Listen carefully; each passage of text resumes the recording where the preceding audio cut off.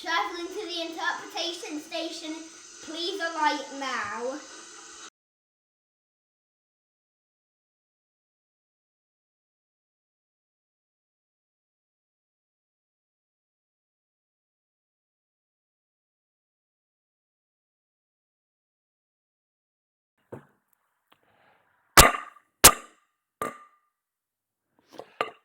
Episode 13 of the Interpretation Station is Call to Order.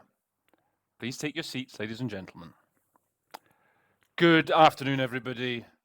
Welcome to you all again for another episode. I hope you're all doing well. Today it's a sequel. Today we're going to be doing part 2 of the statement by Belgium that, if you recall, we did last week. Now, the good news is that because it's a sequel, I gave you all the historical background sort of to the situation, in the Conference on Disarmament, the treaties, last week. So it means that you will be spared my weekly historical warble, which I don't know how much I do, as much for your benefit as my benefit. But anyway, we did all that. We got that all out of the way last week. So before you start watching this episode, if you haven't already watched the first half, then you'll want to click here, I think, and that'll take you to part 1 of the episode. And then, so in part 1, that's where I've put the links to the original statement, the original recording, and to the text of the statement by, if you recall, it's the Belgian Minister for Foreign Affairs, Didier Reynders. So go watch part 1 first of all, and then come back here. So we're going to do here the second part of that statement now. So if you recall, again, we've got Erin has supplied us with her recording. It's a very good attempt at this. There's a lot of useful stuff to be going by here. So let's immediately get cracking.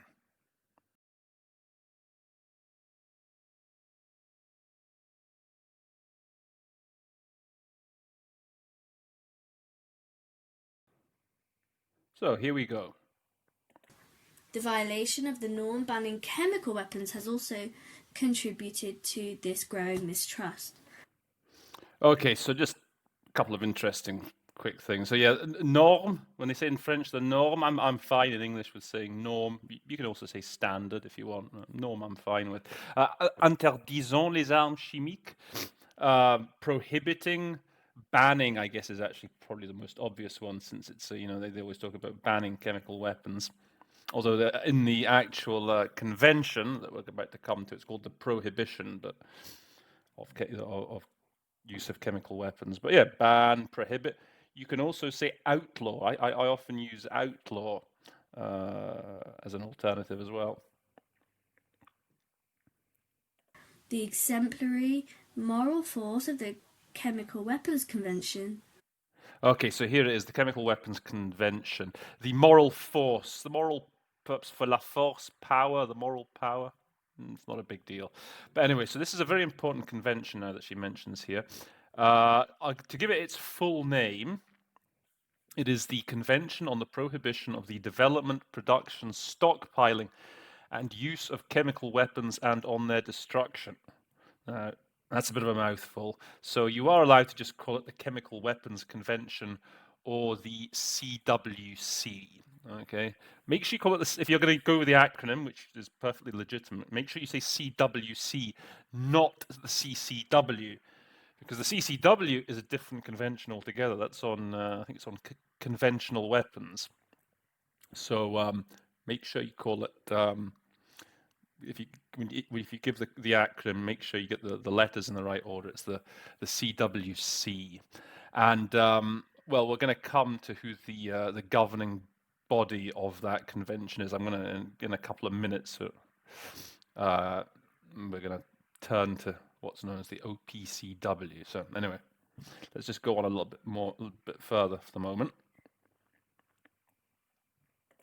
Can only be fully re-established through a unified, firm response by states that respect their obligations. So, if you watched last week's episode, I was talking a little bit about this use of ne sera que, this very high register way of saying basically can only be. So again, he's using it again. He's this whole statement is very high register. But restored through a unified firm response. Okay. The violations of this norm are a matter for all of us, and we must all condemn them and support appropriate measures. Okay. So l'affaire de tous, she says it's a matter for all of us. That's perfectly good. I was thinking it's everybody's business. It affects us all. One of those two. To remedy the situation. Okay, and then redresser la situation. So I like how she's used remedy there. That's the best alternative. To correct the situation, but I think remedy's best. In particular, the decision to create an attribution mechanism within the OPCW Technical Secretariat can. So this reference that Renders makes to this attribution mechanism, so that's what it's called, mécanisme d'attribution. So just but it's useful to know, this is quite a controversial decision apparently. It was a decision taken in 2018 at the Conference of State Parties to the CWC. And the decision was to give the OPCW Secretariat what's called attributive authority, the right to identify those responsible for the use of chemical weapons. So this is very relevant, particularly in terms of the situation in Syria, the war there, because obviously there have been a number of allegations of chemical weapons attacks over the course of the last, 7 or 8 years during the war there. So anyway, well, as I say, we can find out more in a minute. In fact, yes, so the Technical Secretariat of OIAC, so OPCW, so the Organization for the Prohibition of Chemical Weapons. So didn't hear about much about this organization until 2012, 2013. So they're the governing body of this convention, the CWC. So the OPCW really hit the headlines back in 2013. It was. So I don't know if you recall, if you can cast your mind back. Still relatively early days it was in the Syrian civil war, and there was huge pressure building among the Western governments to basically launch a military invasion of Syria to topple Assad. Obviously, this was just also in the wake. So you'd had something similar happening in Libya. There'd been the toppling of Gaddafi in Libya, and it was all very much in the midst of the so-called Arab Spring, and it was all going off in Syria. A lot of pressure being put on. On the other hand, you had the Russians and the Chinese, to a sort of lesser extent, very much opposed to any intervention in Syria. Certainly the Russians had very much got cold feet about any of that. So they basically, with Libya, they'd more or less let the West go into Libya and topple Gaddafi. And that was already starting to backfire that. So they were damned if they were going to let the same thing happen with Syria. So anyway, there were big calls for intervention there, and these suddenly one day it was announced that they'd struck a deal, the Russians and the Syrians and I think the Americans, that the Syrians would give up their chemical weapons arsenal, which they had been building up for several decades, started by Assad's father. I mean, they've been going back a long time. I'm not certain if they'd even used it, perhaps a couple back in the 1970s to put down an uprising then. Anyway, so the Syrians had pretty significant chemical weapons arsenal. Anyway, on the 27th of September 2013, UN Security Council Resolution 2118 was unanimously adopted, calling for the elimination of Syrian chemical weapons. And it gave the Syrians until mid-2014 to destroy that arsenal. Because by this point, as I say, there'd been allegations that Assad had used chemical weapons in some of the fighting. Most memorably, perhaps, there was an attack in Ghouta in August 2013. That was all over the media. That was one of the attacks.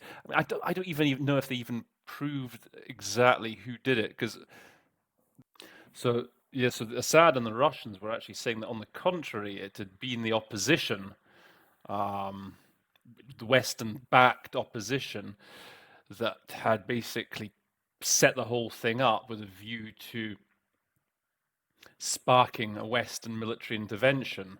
So I don't think there was ever a final conclusion reached on who precisely was behind those chemical weapons attacks. I know there were a few places. Ghouta, Douma was another one where there was a very high-profile chemical weapons attack, and there've been other, even after 2014, when the arsenals were officially sort of destroyed. I think there's been accusations that Assad has still sort of kept a stash hidden somewhere that he occasionally uses. So, yeah, well, whatever side you choose to believe, the point is that, yeah, it was 2013, as I say, this organization assumed a lot of importance suddenly. They really became well known. And I believe they've also sent in whenever that fact-finding missions are sent in to Syria, it's always under their auspices. So that's the OPCW. A bit about the OPCW for you. So let's carry on with Erin there. Chemical weapon attacks have confronted us with the fact that our efforts aiming to ban chemical weapons must continue without reprieve. Okay, so bannir l'arme chimique, you could say to banish, like the calque's fine. To abolish, I like abolish. Eliminate, one of those. And this phrase sans répit, you could, Erin's used without reprieve. I'm not certain. It's okay. I think in English maybe we say, our efforts must continue tirelessly, without let up, something like that.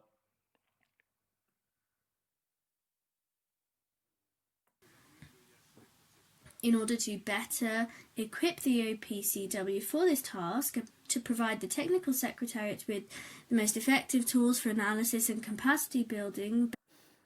Okay, afin de mieux armer l'OIAC. So I think in English the best word here is maybe to equip the OPCW for this task. And then les outils les plus performants.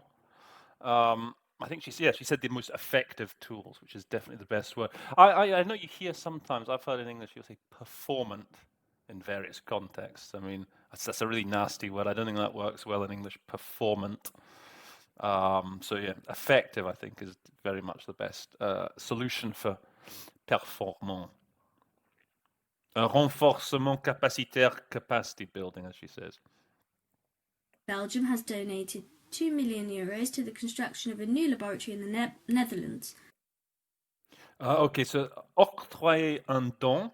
I mean, octroyer is a very important word just by itself. Okay, so it's to grant. You do hear that word used a lot. Usually to grant money, to grant rights, to grant awards. But here in this case, actually, octroyer un don de 2 millions euros. If you think about it, what do we say in English? What do you say? Donate. Belgium donated 2 million euros is probably the most natural thing to say in the Queen's English. We hope that many other states will reaffirm their support for the fight against chemical weapons by supporting this new laboratory. Okay, she couldn't find the word there for le fléau. It's a word that comes up a lot. It's a classic sort of UN political word. So the scourge, the blight, if you could say. I tend to just go with the scourge of chemical weapons. But yeah, it's one of those words that comes up a lot. So you want to know, certainly you want to know scourge. Contributions, no matter how modest, are a significant signal in this respect. Signal fort. You just say send a strong signal. Significant seems to be an awfully long word for such a short for four. Then we could just say strong. The President, all those who cultivate hope in real advancement in disarmament have. Okay, so she says, hey, cultive l'espoir. She's gone with a Celt, so to cultivate hope. It's okay. So it occurred to me yesterday the best collocation here for hope. What we in English, I think we nurture the hope. You know, all those who nurture hope of genuine progress. I can't remember if she said real progress or genuine, but avancée réelle, genuine. Yeah, go over nurture. Remember that. Make a mental note of that. Nurture hopes. They nurture hopes of a peace deal or whatever. Been encouraged by the publication of the Secretary-General's new agenda. Rightly so, the Secretary-General is striving to place disarmament and non-proliferation at the heart of the UN's work. Okay, this is good. This little phrase, à juste titre, it's important you don't get lost. You know, it's important you don't get confused by something like that. It's just rightly so. Quite. I often say quite rightly, quite legitimately. Just make sure you recognize that shouldn't throw you, that little phrase. Ambition de replacer le désarmement. Okay, so she says is striving to, I think she said to place disarmament, which is good, or seeking to, is aiming to. For replacer, I think maybe to position. Okay. Is maybe slightly better than place. I'm just giving you here, just other synonyms to work with. So it's striving to position disarmament and non-proliferation at the heart of the UN's work. We wish to support these efforts, aiming to reinvigorate the beneficial role that arms control has always played, and indeed can continue to play, provided that states generate the necessary political will. Okay, so that's nicely done by Erin. Just one couple of things I wanted just to highlight. Again, so he uses this viser a lot, viser à, aimed at, with, you could almost say with a view to, is another alternative, seeking to. Redynamiser. So she has gone with, Erin went with reinvigorate, which I think is very nice. It's one of those words that, again, you can sometimes fall into the trap of trying to do an English calc, redynamizing, and that wouldn't sound good. So yeah, I think reinvigorate is very nice. Another word that occurred to me, galvanize. You galvanize a beneficial role. Often you galvanize support. You might be able to galvanize a role. Sometimes I throw these. I think reinvigorate is the best alternative, but it's just sometimes good to have these words, by the way, on your radar. Something like galvanize that could really help you out at some point. So sometimes I just throw these words, these alternatives in there, just so that you hear the word, and then at some point down the line, maybe you'll be able to use it, integrate it into your arsenal at some point. Here I must elaborate on the strong points of arms control. So she's gone with for just this one word here, renouer. So to elaborate, I'm not a big fan, as you know, probably of elaborating things in English. I think here renouer. I think the idea is here to sort of means a strange way of putting it, whichever way you look at it. I think to reconnect with is generally the safest option for something like a renouer. Usually talk more about, I guess, a renouer des contacts and things like that. But, I think, yeah, reconnect is probably the most obvious like for like solution. Although, I mean, here you could say, here I should reiterate the strong points of arms control. Firstly, its ability to save human lives, thanks to conventions banning inhumane, long-life weapons such as anti-personnel mines and cluster weapons. Okay, there's some important technical vocabulary in this little section. Okay, so she bannissent les armes inhumaines. She says you have to ban inhumane weapons. Now that reference to the reference to inhumane, it's actually a reference to treaty language. So it's that other, if you recall a few minutes back when I was talking about the CWC, there's the other one you don't want to get it confused with, which is the CCW, which is the Convention on Certain Conventional Weapons, which is also known as the Inhumane Weapons Convention. So it's quite closely linked to these other conventions we've come across in this statement, the CWC, the BTWC. So that's hence the reference to inhumane weapons. And then now, à durée de vie longue, I remember when I was doing the statement myself. I mean, it's a tricky one. That it's very very specific. You're thinking of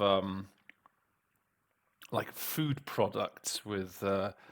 I sort of, that's the first thing that comes to mind. Best before dates, and then thinking, geez, how do you say that about weapons?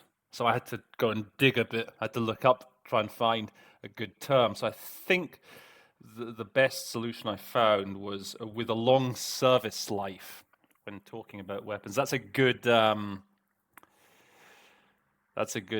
phrase to sort of remember for these sorts of things. Long service life. Okay. And then he sort of, what are these weapons with long service lives? They are things like anti-personnel mines, armes à sous-munition, cluster munitions. Okay, that's an important thing to know. It's a very important concept to be aware of. Cluster munitions. Okay, that's when bombs, grenades, whatever, and inside they're just full of little metal fragments. So when they go off, it just all hell breaks loose. Where you got these just little shards of metal flying everywhere, and they are a particularly nasty form of weapon, which if it doesn't kill you, well, will maim you most horribly. So there's a big movement against. I think there's a convention, seeking to ban the use of cluster weapons, cluster munitions. Sorry.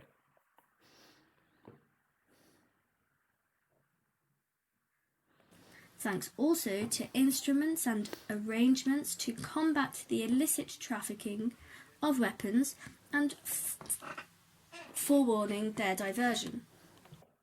Okay, again, so there's some technical stuff here. Le trafic illicite d'armes. Okay, so you can call, for weapons, you can trafficking of weapons. You can say smuggling as well, as another alternative. You got the whole idea of contraband and weapons, if you wanted, as an alternative. And the idea of, she's for préviennent leur détournement.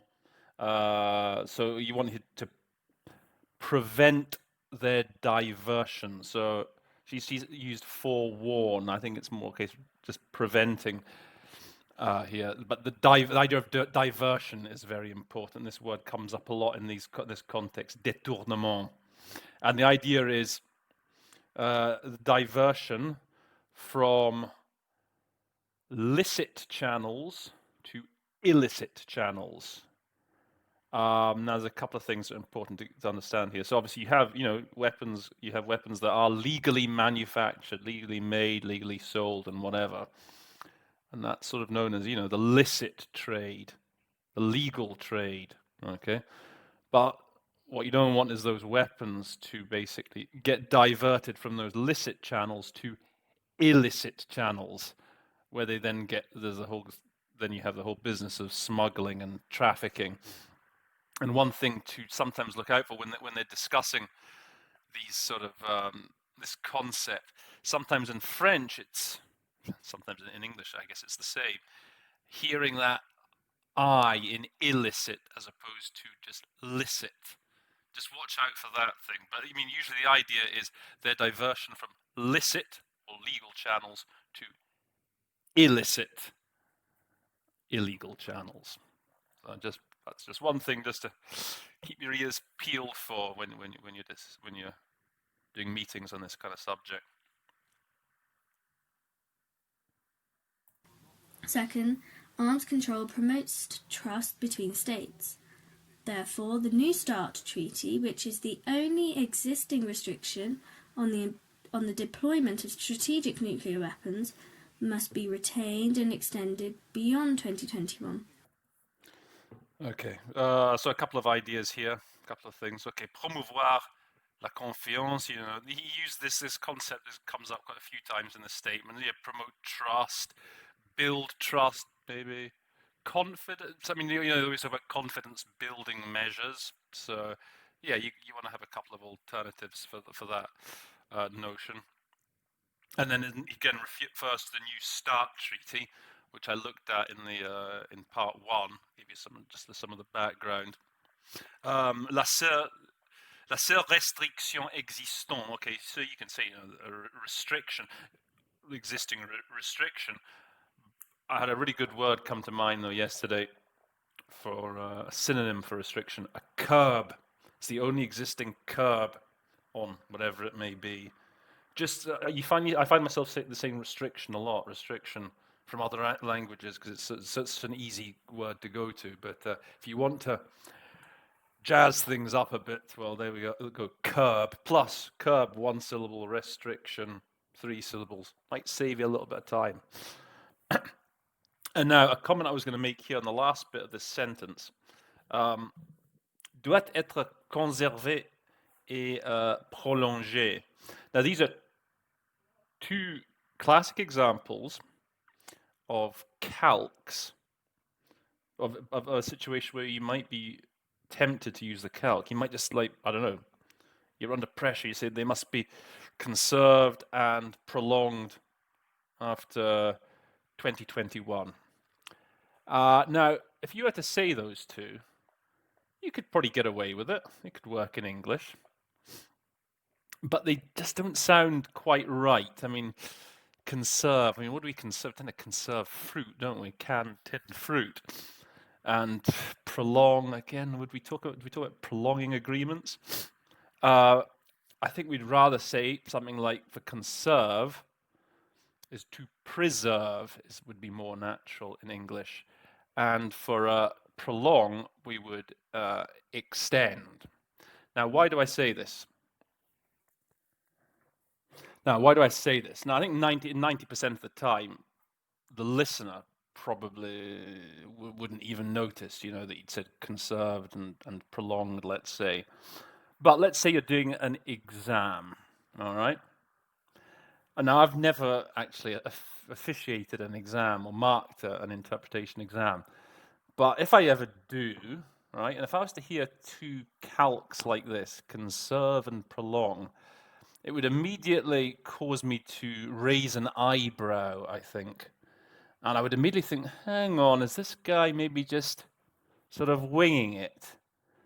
Because those two words, they're just not quite right. And I would have it would just raise my suspicions as to the quality. And that's often a first sign that someone's maybe not quite fully up to scratch when they start using dodgy calques. And certainly, if I was to hear conserved and prolonged, I'd be thinking, Uh-oh. So anyway, be warned, if ever I have to mark your exam. It is also important that this treaty is followed by other initiatives aiming to reduce nuclear arsenals of both strategic and non-strategic weapons, and those deployed and not deployed. Okay, this is pretty straightforward. Again, you're using visant. This he uses this a lot in the statement. Visant, aimed at reducing. Again, seeking to reduce the nuclear arsenal.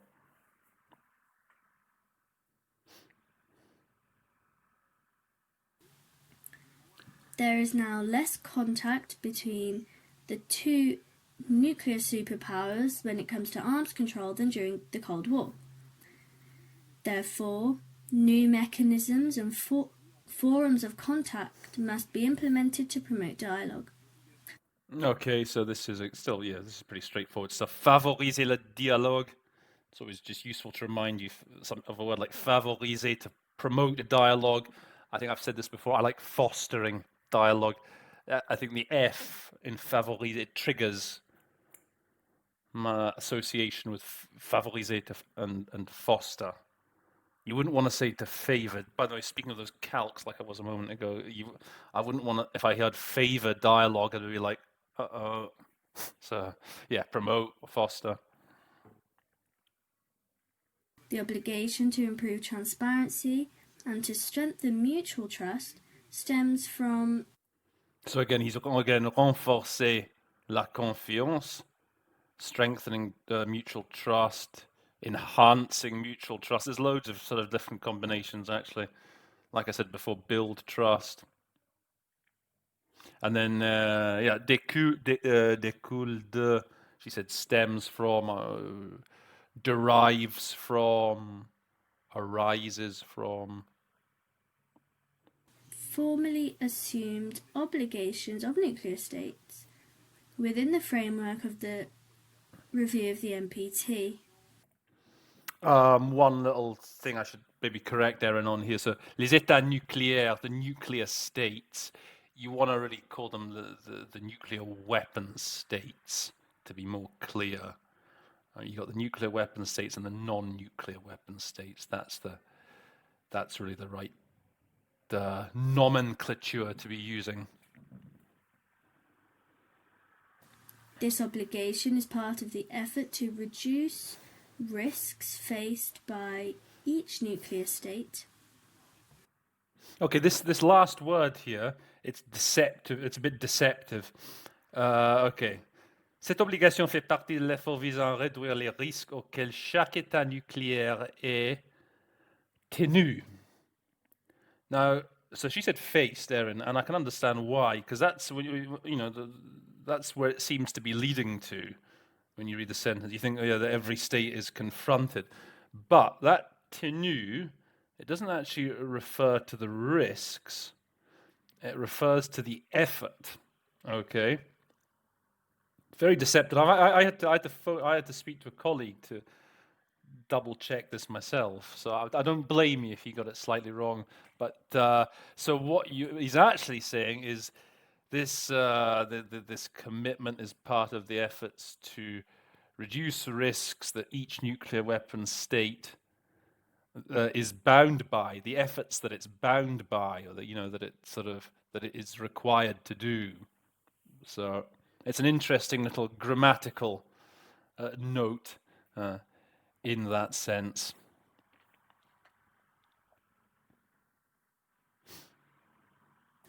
And this is one element of the 2010 Plan of Action, which remains the detailed roadmap for making concrete progress with the 3 pillars of the treaty.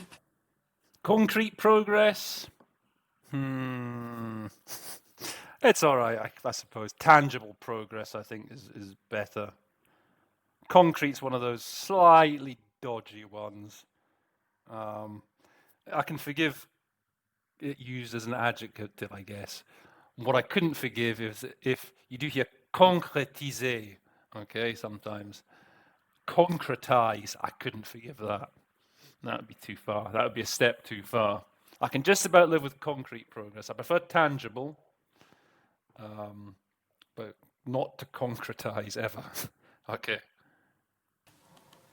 For Belgium, renewed application of Article 6 of the NPT is crucial through effective reduction of all types of nuclear weapons. Yeah, it's s'impose. This is again a phrase that comes up a lot in French. That in my early days, it used to throw me a little bit. But all it means is that is necessary, that's required, is a must, you could say. Yeah, that's the idea. So you don't have to impose. There's nothing in English to do with imposing. It's just that is called for is another nice solution.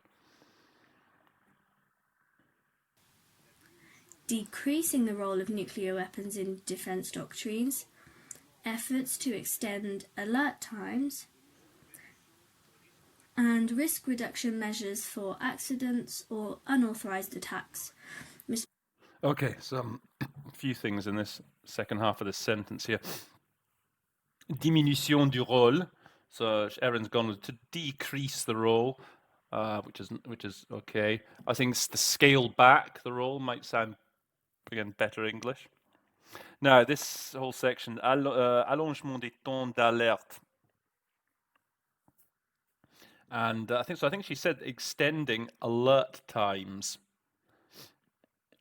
which is actually, that's pretty much it. Sort of extending early warning times. I think with nuclear weapons, I think alert is the right word. So yeah, extending alert times, and then this whole bit then from mesure de réduction until the end of the sentence. This is one of those sort of constructions where if you're doing things very confidently, and I can imagine myself doing this, for example, and I hear mesure de réduction de risque, and rather than just going measures for reducing risks, I might think, oh, I can tell where this is going. It's going to be like risk reduction measures, isn't it? The problem is sometimes you can get a bit too cocky and you're saying, risk reduction measures. And then the sentence actually continues, d'accident ou d'attaque non autorisée. So if you'd really wanted to give the full compound adjective noun construction, it would be unauthorized. It would be, so if you really wanted to give it the full compound adjective nounal phrase, it would be accident or unauthorized attack risk reduction measures. That's basically what he's saying, as opposed to just risk reduction measures. But you can, as I say, you can always get around it. You can say whatever, early warning times and risk reduction measures for accidents or unauthorized attacks. So always be aware. It's always good, those constructions are very English sounding, those sort of multiple adjective and noun compounds. Sometimes, though, you get something that's tagged on to the end of the sentence that you weren't expecting. So it's important just to be able to sort of adapt and keep the flow going. Those are, yes, some of the pitfalls of being too cocky sometimes with interpretation. The President, the CD, must assume its role in the future of disarmament. We welcome. Okay, so yeah, CD is, as we know, that's the acronym for the Conference on Disarmament.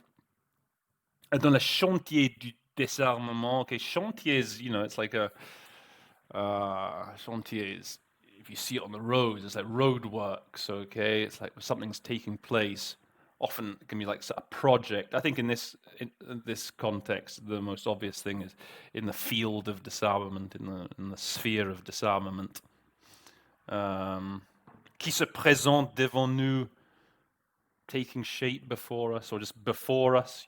You don't even need to go with the verb, I think. Field disarmament, ahead of us. The efforts of the Ukrainian presidency at the start of the year to ensure that our programme of work was acceptable for all.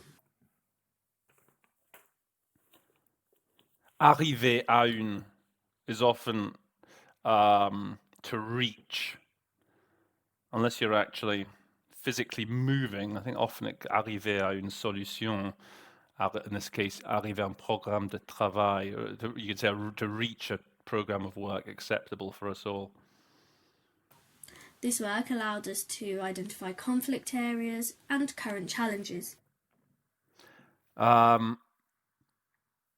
Les points conflictuels, this is an interesting little phrase. Okay, conflict areas. I was thinking the best way in English again, how we would say that. And I think I found the most accurate sort of rendering is, I mean, bones of contention, okay? But it's quite a long, that's quite, again, a mouthful, bones of contention, if the speaker's going fast. And I was thinking, like, how can I maybe just say that in one word? And, you know, you could say sticking points. One word I did think of was maybe someone wants to tell me what they think in the comments about this, but beef. To identify beefs and current challenges. But I don't know what the register of to have a beef with someone. I'm never quite certain where that is if it's too sort of colloquial. So yeah, I mean those are a couple of ideas anyway. So I mean what Erin said was good, like, you know, conflict areas. But yeah, if you can think of a better solution, stick it in the comments, okay? We support the proposals made by you, Mr. President, with a view to continuing the substantial work through the creation of subsidiary bodies on the 4 fundamental agenda items. L'organe subsidiaire, that's the subsidiary bodies. That's a phrase you'll hear quite a bit at the UN. You know, there's things, you know, these committees that are subsidiary bodies of, whether it be of the Security Council, of the General Assembly. So the Conference on Disarmament, I think, is as well. Subsidiary body is just the one sort of under its auspices. So don't let that. I mean, just if you hear organe subsidiaire, don't let it throw you too much. It just means subsidiary bodies.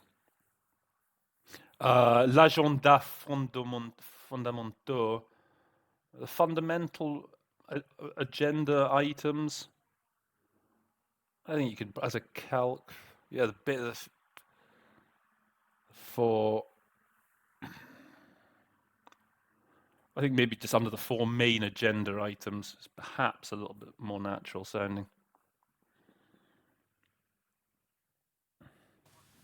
Particular attention must be paid to themes which are ready for real progress. Ready's okay for mûr, pour un réel progrès, but here you want to perhaps think of, when you hear mûr, think of fruit. What's fruit? When it's ready to eat, it's ripe. Okay, ripe for progress. If you want to have a really good word for that. Such as the issue of verifying nuclear disarmament. Here we can benefit from the work already carried out by the group of governmental experts. So I like what Erin has done here. So this is quite a long sentence that he gets into. Starting une attention particulière down to mon pays. So she splits this up into 2 sentences. After nuclear disarmament, she just says, okay, such as the issue of verification of nuclear disarmament. And then instead of going pour laquelle, instead of going for which we can, she just says, okay, stop. Here we can rely on the work or whatever. So that's that's often a good tactic. You find it comes in very useful, most of all with Spanish. In Spanish, by the way, the sort of Spanish, the Latin Americans, they love their long meandering sentences. And sometimes you just have to break them up to make it more sort of digestible. Here, obviously, it's French. So you don't have this problem as much in French, but this is a sort of classic way of how to do it well. And voluntary initiatives such as the international partnership of which my country is part. These groupes des experts, gouvernementaux, groups of governmental experts. Often you can just call them GGEs. Pretty much everyone knows what you're talking about with GGE.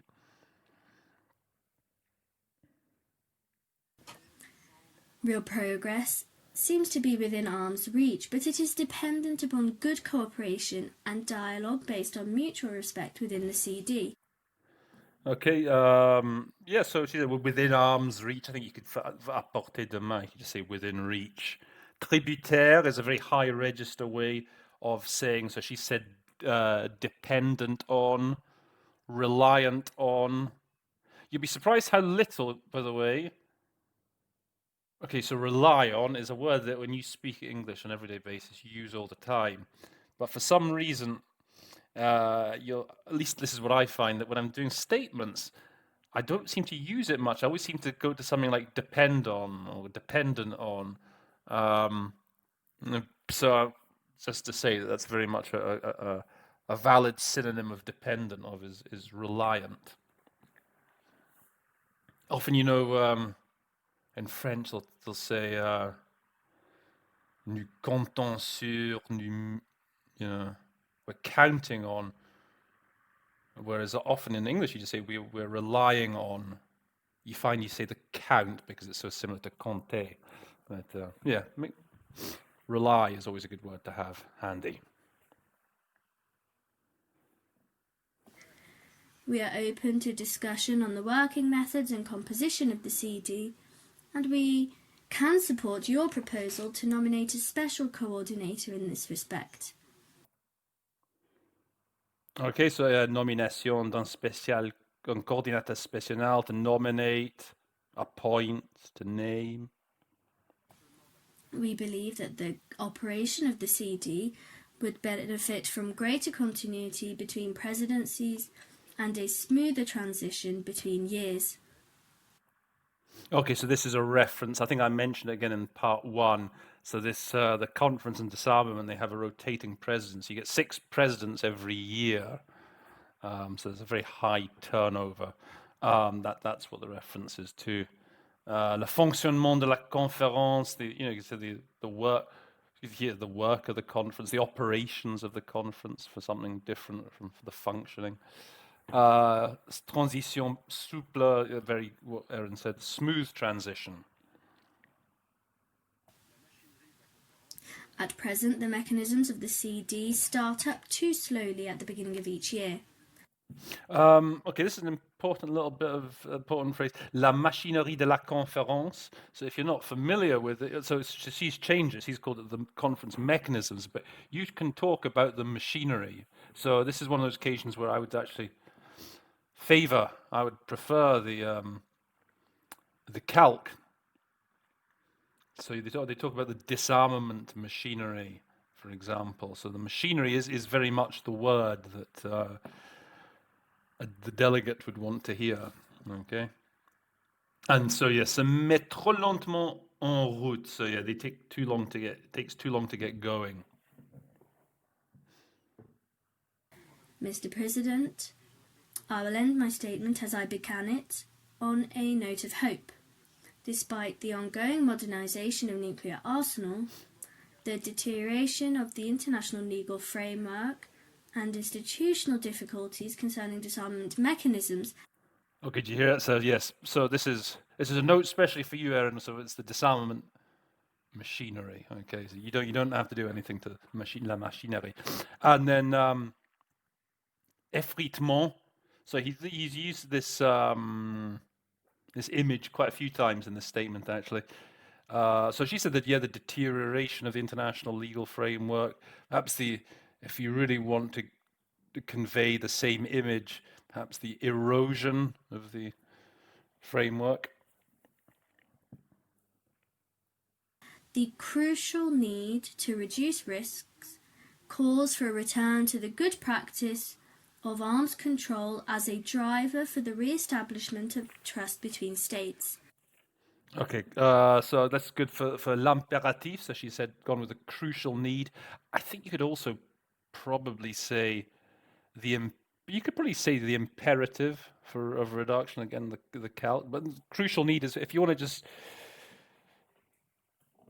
if you're afraid that someone might take your calc the wrong way, then crucial need is a very good solution. And then I do like what she said here for moteur, the driver. That's a very sort of in word, I think, these days in diplomatic circles. The driver, they talk about drivers of growth, drivers of inequality, whatever. So but here in this context, driver of rebuilding trust. I think I said a driving force. So yeah, one of those two. What you don't want to say is the motor, okay? You don't want to use the calc, that wouldn't sound right in English. When I hear motor, I sort of often tend to think of a little battery-powered motor in some kid's toy. It's not the right image you want to be conveying. So driver, driving force. And again, so yeah, he often talks about this, as I said, the rétablissement de la confiance. It's something he refers to several times in this statement. And just because he does refer to it several times in this statement, you probably want to just tweak it a bit here. It's not always use the same expression. As I say, experiment, build trust, restore confidence. Just change it up a bit from time to time. Thanks to the determination of the proponents of an international regime based on the rule of law, I am sure that we will succeed in this. Thank you for your attention, and thank you, Mr. President, for your warm welcome and for the programme that you would like to implement. Okay, so that's a very nice word she's gone with for défenseur. So she says proponents. That's very good. Another alternative, that one that I would probably go for would be advocates. Yeah, so she's gone, international regime based on the rule of law, an international rule of law based system. But again, that would involve you having to wait till the end of the sort of sub-clause to say it. So, what Erin has said is perfectly good. Parviendront, we will succeed in this, we will achieve this. That's right. You always want to end on a... by the way, another quick tip, you always want to end confidently. Often they say that the only time the delegates are listening are at the start and at the end, and that if you finish strongly, that can sort of make up for a host of other failings and mistakes in the middle. So always look to finish strongly. So that was good. So with that, we will now move to everyone's favorite section, Roland's Magic Moments.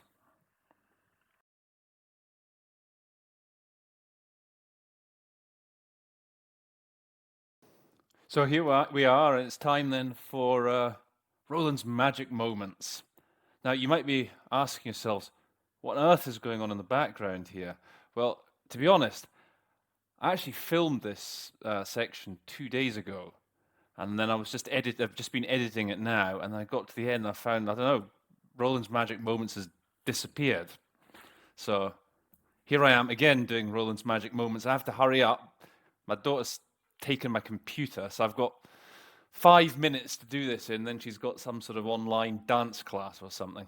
Anyway, such are the problems of low-budget productions. Anyway, it gives me a chance to remember a couple of things that I forgot to tell you last time. But Roland's Magic Moments first. Number 3, in position number 3, I want you all to really focus on the OPCW, l'OIAC, as they say in French.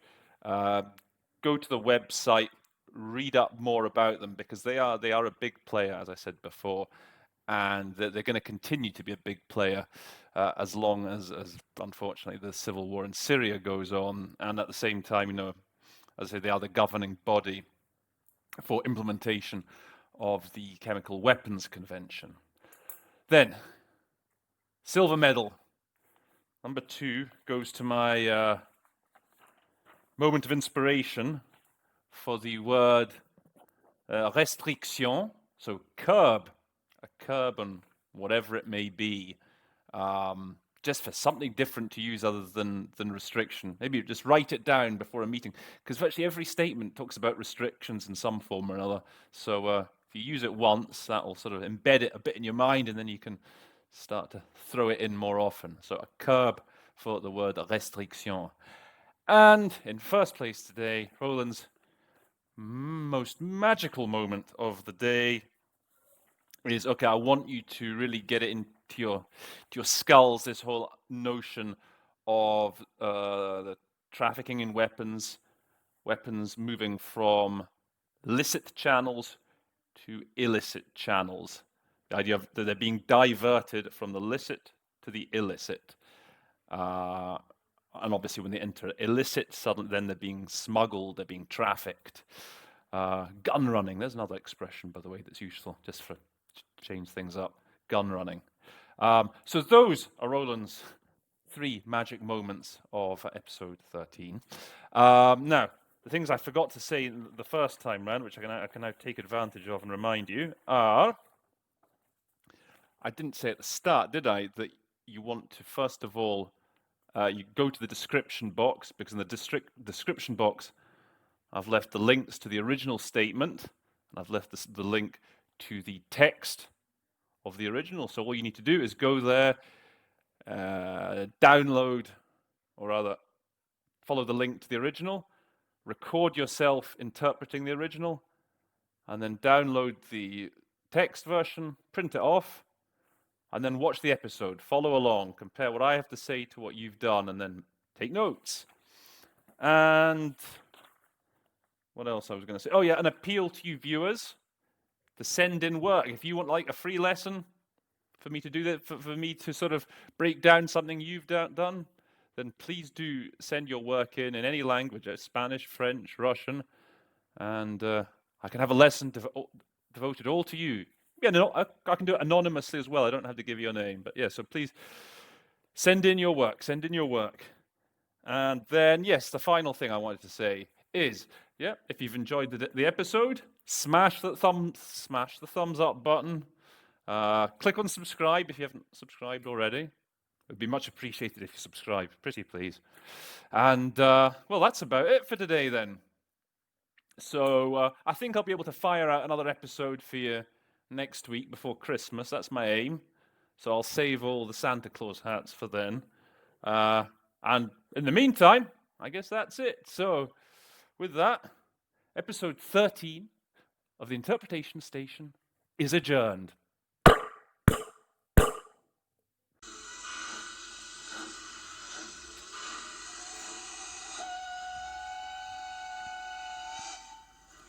The train is now leaving the Interpretation Station. We hope you enjoyed your visit. Until next time, folks.